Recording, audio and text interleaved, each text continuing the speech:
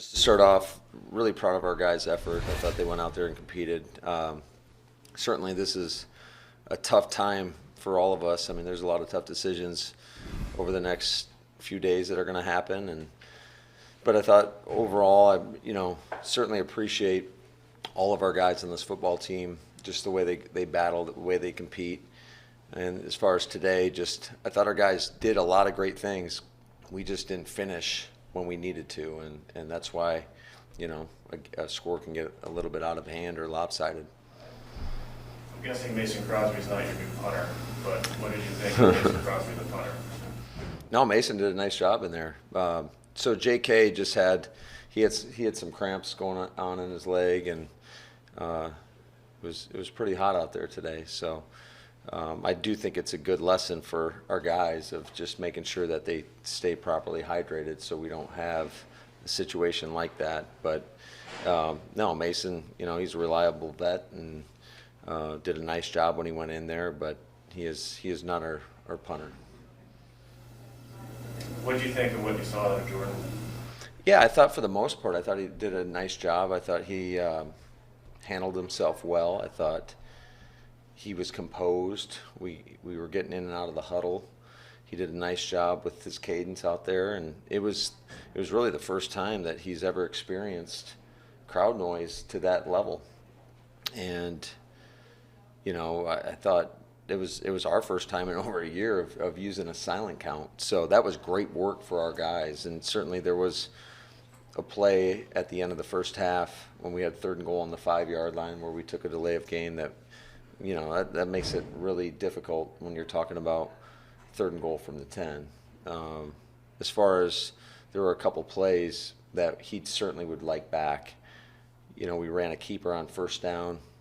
Nobody was open. There was pressure in his face, and he just threw one up that got intercepted. So we know we can't do that. And then on that 3rd down play as well, again, had more pressure in his face, threw one up to Amari that almost got intercepted. And I just told him that you can't ever just risk it quite like that unless it's 4th down, the game's on the line, then certainly you can throw one up. But we never want to take points off the board, and the interception, and then the one at the end of the half certainly could have taken points off the board. That was kind of he had 17 interceptions his final college season. He's been playing really clean at state. Have you seen that be much of an issue from making poor decisions with the football, or has he been doing a pretty good job of that? I think for the most part he's done a nice job.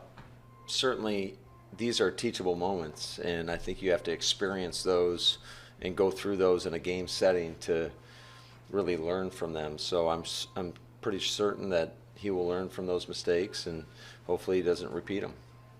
The 3rd and goal, it looked like he was trying to get Jake to snap the football. What was that on Jordan? Was that on the center? What needs to happen in that situation? Yeah, usually when the quarterback starts clapping, you got to roll, man, because the shot clock was going down. Probably could have called the timeout, but didn't, and so we had to live with it.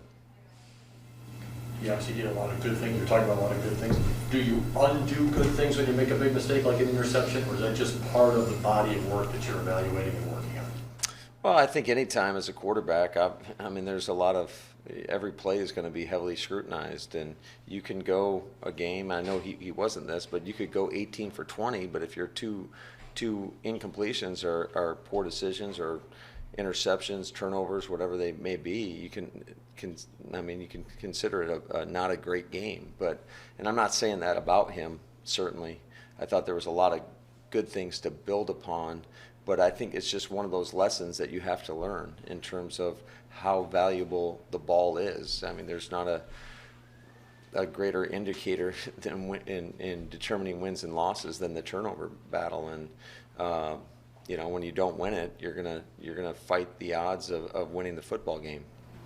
Do you have a backup center right now? I imagine you're okay with Josh, but what do you have behind that? Fortunately for us, we've got a lot of guys that are capable of snapping the football. So to say that we have a backup center, absolutely. It's just which route do we want to go? Elton Jenkins snapped the ball before, Lucas Patrick, John Runyon, certainly Jake Hansen. So we've got multiple people that are very capable of doing that. And it's just, that's one of the things that I think makes our offensive line so special and so unique is the versatility that we have within that position group, which really allows you to kind of make sure that you get your best five out there. And also when it comes to our roster, there's a lot of different ways we could go.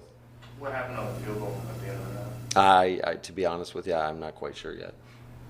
The throw that Jordan made at the start of the 2 minute right after the fumble snap to the league, what did you see on that play? Just I guess the coach, you talked about the crowd noise that he had to deal with the standing in the pocket like he did. Yeah, no, Malik Taylor's another guy that had I think a pretty solid preseason. He did a nice job. He competed. He got a lot of exposure, a lot of plays. So I thought he was pretty consistent for the most part. He competed hard, and I was proud of his effort. I thought that was a really. I thought Jordan did a nice job overall in the pocket today, minus the two throws. You talked about the crowd noise earlier. Hoping everything goes well weather-wise down in New Orleans, it's a road game. Was this beneficial to have a road game with the protocols that are now in place and the guys on the road and the crowd noise and all that stuff? First one and only one of the preseason.